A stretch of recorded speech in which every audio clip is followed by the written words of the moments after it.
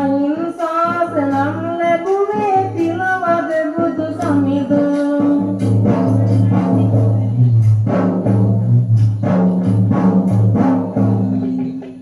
බෞද්ධාන්තික භික්ෂුවකගේ ක්‍රියාකලාපයේ ආරම්භය සවැත් නුවර ජේතවනාරාමේදී බුදුරජාණන් වහන්සේ මෙම ජාතක කතා වස්තුව දේශනා කළ අතර එකල ලැජ්ජා බය ගැන වසර 12ක් ඔබ දැන් මේ ගැන සැලකිලිමත් නොවන්නේ ඇයිදයි විමසමින් බුදුරජාණන් වහන්සේ දේව ධර්ම ජාතක කතා දේශනය නිම කළ අතර අවසන චතුරාර්ය සත්‍ය දේශනාවෙන් බහුභාණ්ඩික භික්ෂුව සෝවාන් ඵලයට පත් වුණා. මේ ලෝකේ යමි ලැජ්ජාවෙන් බයෙන් පවෙන් නොකළ යුතු දෙයින් වැළකෙන්නේද පින් කිරීමට බලවත්සේ කැමැත්තෙන් සිටිද්ද ඒ තැනැත්තා දේව ධර්මය දන්නේ යයි කියනු ලැබේ. එකල විලේවුන් රකුසුතෙමේ බහුභාණ්ඩික භික්ෂුව බවත් සූර්ය කුමරුන් ආනන්ද ස්වාමීන් වහන්සේ බවත් චන්ද කුමරුන් සාරිපුත්ත මහරහතන් වහන්සේ බවත් මහින්සාස කුමරු නම් ගෞතම බුදුරජාණන් වහන්සේ බවත් දේශනා කරන ලදී.